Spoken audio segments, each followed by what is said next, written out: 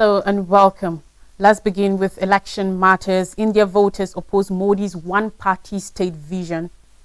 Lavrov says French military trainers legitimate target in Ukraine. Sunak and Starmer clash in fairy UK election debate. Mass grave body bags found at Al Shifa Hospital, and Biden announces asylum limits to manage border. On India 2024 election, according to most polls, India's election was a predictable conclusion. The opposition obituaries had been written. Prime Minister Narendra Modi's right-wing Hindu nationalist alliance was anticipated to secure a supermajority and with it the power to enforce radical change unopposed.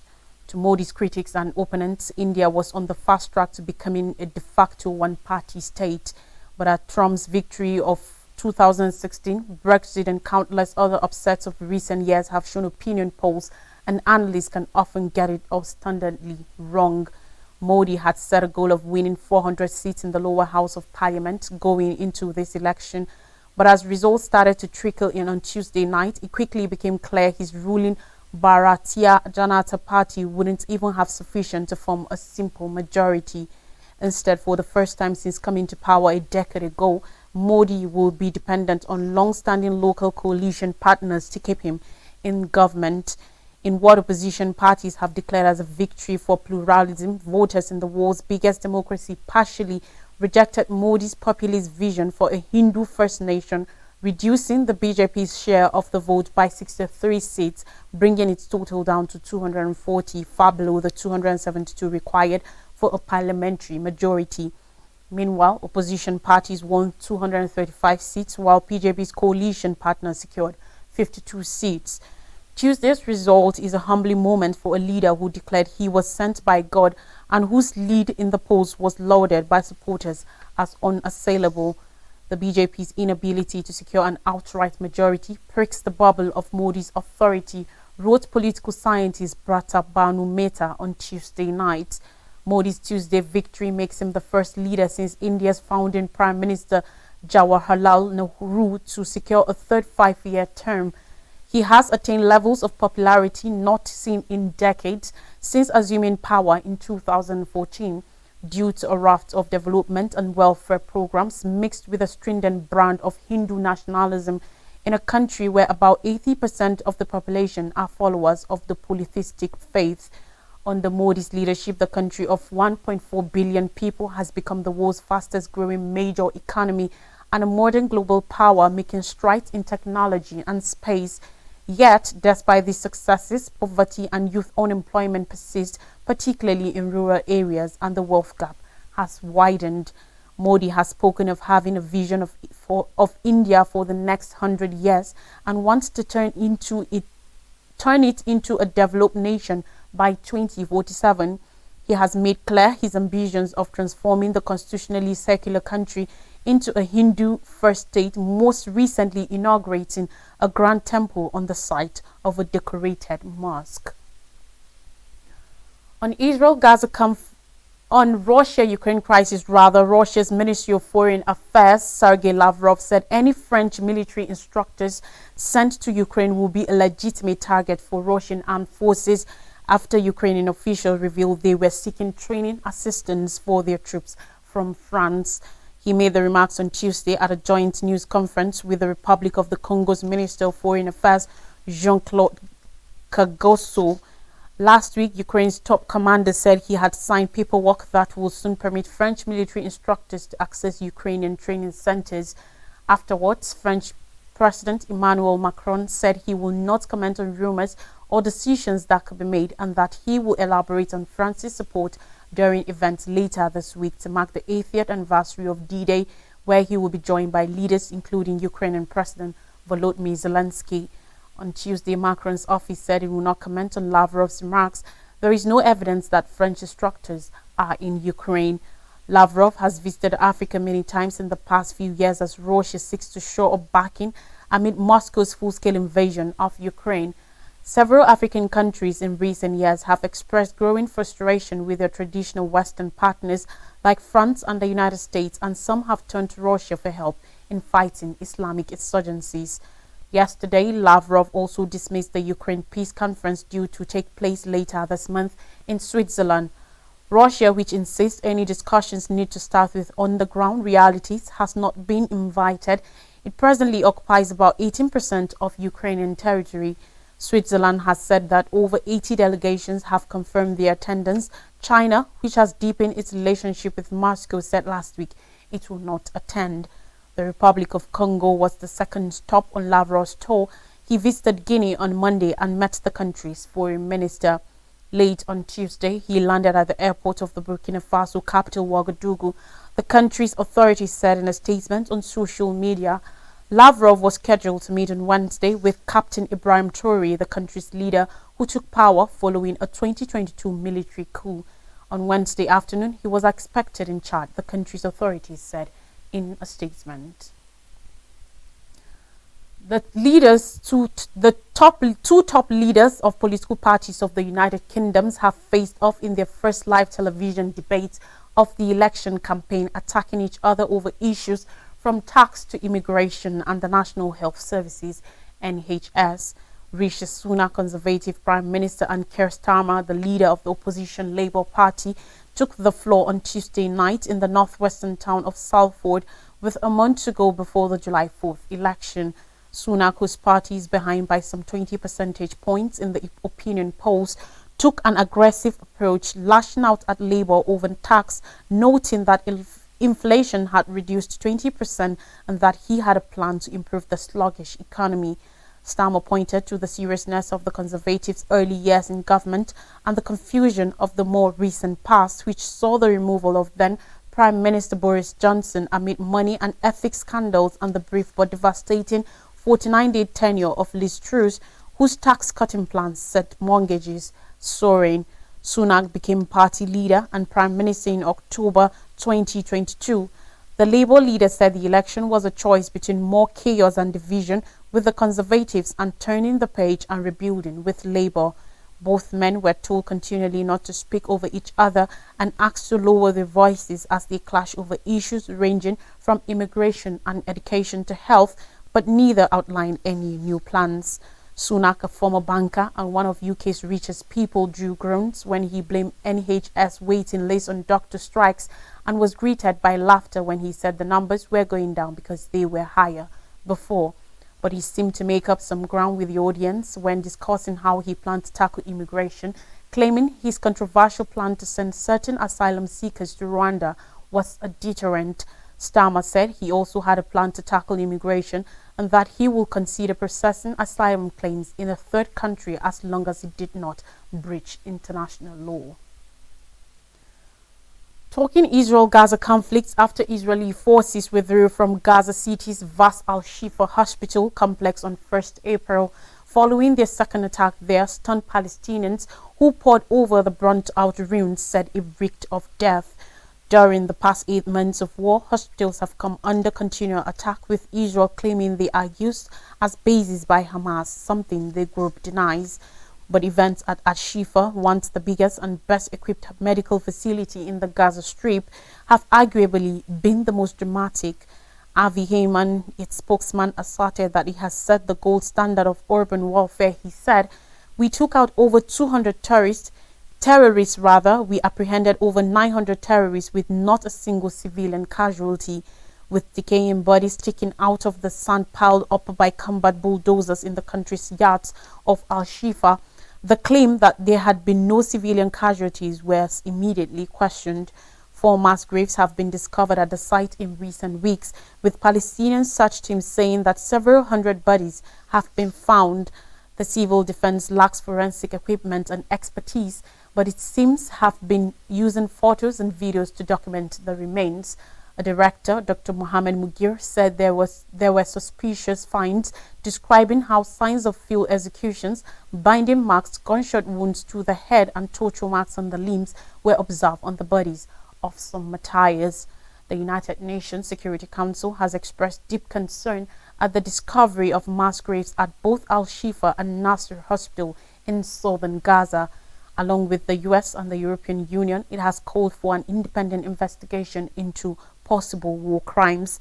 During its attacks on the Gaza hospitals, its soldiers exhumed bodies that Palestinians had buried earlier as part of its search for the remains of some 250 hostages captured during the deadly Hamas attacks on Israel on 7th October, the Israel Defense Forces IDF says. President Joe Biden has issued a sweeping executive order targeted at restricting record migrant arrivals at the U.S.-Mexico border that have left him politically vulnerable in an election year. Officials can immediately remove migrants entering the U.S. illegally without processing their asylum requests under the order. The White House said in a statement that will happen once a daily threshold is met and the border is overwhelmed. The U.S. also launched new actions aimed at speeding up cases and easing pressure on overburdened U.S. immigration courts. On Tuesday afternoon, Biden spoke about the order at an event with several border town mayors. He said this action will help us gain control of our border. However, some immigration activists already have criticized the step. Jenny Murray, president and the CEO of the National Immigration Forum, said it's unfortunate that politics are driving the immigration conversation in an increasingly restrictive direction. In his speech, the president criticized rival Republicans for not passing bipartisan immigration reform earlier this year, and he asked progressive critics of the new executive action to be patient. Over 6.4 million migrants have been stopped crossing into the U.S. illegally during Joe Biden's administration. Migrant arrivals have plummeted this year, though experts believe that trend is unlikely to continue. Around a dozen advocates and Democratic lawmakers had their own press conference outside the U.S. Capitol on Tuesday, criticizing Biden's decision. Pramila Jayapal, the chair of the Congressional Progressive Caucus, said that she was profoundly disappointed by the executive action and called it a step in the wrong direction. The campaign for Donald Trump, Biden's Republican challenger for the presidency, claimed on Tuesday morning, however, that the order is for the amnesty, not border security. In its statement after the action was unveiled, the White House said that the new actions will be in effect when high levels of encounters at the southern border exceed our ability to deliver timely consequences, as is the case today. Among the actions announced on Tuesday are the use of 1952 law that allows access to the American asylum system to be restricted. On more stories, Mount Kallon erupt sends 3-mile ash plume upward. On Tuesday, hundreds of residents living close to Mount Kallon in the Philippines were ordered to evacuate after the volcano erupted, sending a 3-mile tall 5-kilometer ash column into the sky that triggered dozens of flights to be cancelled. Mount Kallon erupted for 6 minutes on Monday evening. The Philippine Institute of Volcanology and Seismology, PHIVOLCS, said, causing a strong earthquake, as the agency cautioned that ashfall and sulfuric odor will affect surrounding villages. 43 volcanic earthquakes have been recorded in the 24 hours to midnight on Monday, according to the agency's volcano summary. More than 60 flights from 3 domestic carriers were cancelled overnight, impacting over 5,000 passengers, according to the Civil Aviation Authority of the Philippines. The Bacolod Sili Airport resumed operations by 11 a.m. on Tuesday, but passengers are anticipated to face delays. Since the alert level on the volcano was raised to 2 out of a possible 5 early on Tuesday, local government officials have ordered the mandatory evacuation of all residents living within a 3 kilometers, 1.8 mile radius of the volcano. Jose Chubascos Cardenas, mayor of Kallon City in Negros Oriental Province, said, "Go down to your prospective evacuation centers, be vigilant, and prepare important things such as water and food." Situated on Negros, the 4th most populous island of the archipelago, Mount Kallon is one of 24 seismically active volcanoes in the country. It straddles 2 provinces and sits at highest point on the island with an elevation of 8,086 feet, that's 2,465 meters above sea level. The Philippines sits along the Ring of Fire, a 25,000-mile, 40,000-kilometer arc of seismic fault lines around the Pacific Ocean that hosts more than half of the world's volcanoes. Now, Iran's new Foreign Minister visits Lebanon, Syria on first visit. On Tuesday, Ali Bagheri Khani, Iran's acting foreign minister, met with Syrian President Bashar al-Assad in his first international visit. Khani, who was in Lebanon the day before, met with Syrian officials, including Syria's Foreign Minister Faisal Mekdad. Iran and Russia have been the major supporters of Assad during Syria's 13-year turmoil that has killed 500,000 people and displaced half the population. Syrian government forces over the years have taken control of most parts of the country with their help. Hussein Amir Abdullahian, his predecessor, a hardliner close to the paramilitary Revolutionary Guard, died in a helicopter crash on May 19th in a mountainous area close to Iran's border with Azerbaijan, along with Iranian President Ibrahim Raisi and a delegation of other officials.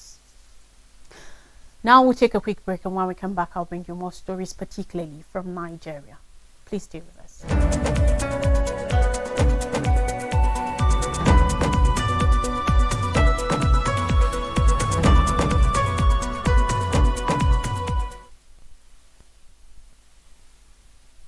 You're welcome back. Talking minimum wage in Nigeria. Labour moves 100,000 naira wage as Tinubu sets ultimatum. Labour might settle for 100,000 naira minimum wage as the tripartite committee on national minimum wage begins daily meetings for 5 days to reach a consensus. Numerous sources in the labour movement said, according to a report on Tuesday, that the union leaders were willing to review their demand from 494,000 naira to 100,000 naira following the criticism and controversy that followed their proposal, which was considered outrageous and unrealistic. In a statement by his media aide, Rabiu Ibrahim, on Saturday, the Minister of Information and National Orientation, Mohammed Idris, said the proposed minimum wage will result in a yearly expenditure of 9.5 trillion naira, a burden he described as unattainable for nation's finances. Despite the intervention of the leadership of the National Assembly, Labour embarked on an indefinite strike on Monday, a development that grounded economic activities nationally. Banks, airports, public schools and courts were closed, forcing the federal government to summon an emergency meeting to find a way out of the impasse. The unions on Tuesday announced the suspension of the industrial action for 5 days in a bid to move the negotiation forward after President Bola Tinubu agreed to pay a national minimum wage higher than 60,000 naira, and the tripartite committee promised its preparedness to meet daily until new minimum wage is announced. The president on Tuesday, to show his commitment to the negotiation, directed the Minister of Finance, Wale Edun, to present the cost implications for a new minimum wage within 2 days. Tinubu gave the order at a meeting with the government negotiation team led by the Secretary of the Government of the Federation, George Akume, at the presidential villa in Abuja. Now, 30 fell dead in Niger mine collapse. No less than 30 miners stuck at a mining site in Kalgoko community in Shiroro local government area of Niger State are feared dead. According to a report, one of the mining pits belonging to African Mineral and Logistics Limited in the area collapsed on over 50 miners who were working at the site on Sunday night. A source who spoke on condition of anonymity, giving details of the on-site collapse, said, and I quote, "The pit caved in after a torrential rainfall on Sunday and numerous of the miners were buried underground." From what was gathered, the site manager of the mining company, Ibrahim Ishaku, was one of those trapped. However, there are conflicting figures on the number of miners stuck and declared dead.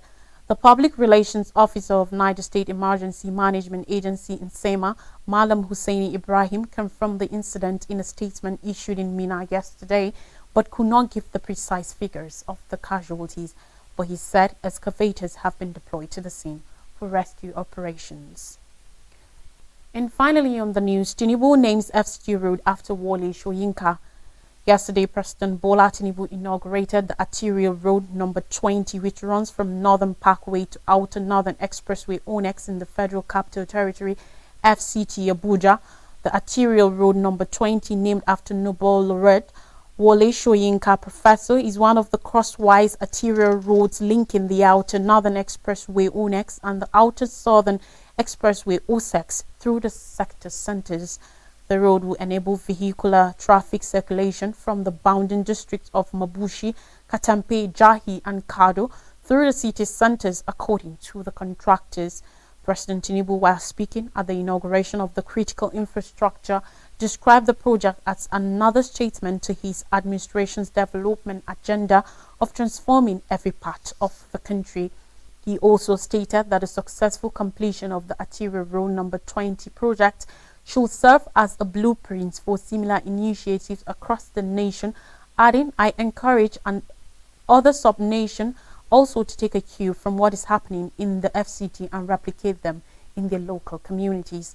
The president commended Wesam Wike FCT minister, the FC administration, the contractors, engineers, and all those who contributed to the completion of the project, saying, "Your hard work and dedication have made this day possible." A recap of major stories says India voters oppose Modi's one-party state vision. Lavrov says French military trainers legitimate target in Ukraine. Sunak and Starmer clash in fiery UK election debate. Mass-grave body bags found at Al-Shifa Hospital, and Biden announces asylum limits the managed border. And that's all on the news. Thanks for watching. Enjoy the rest of your day.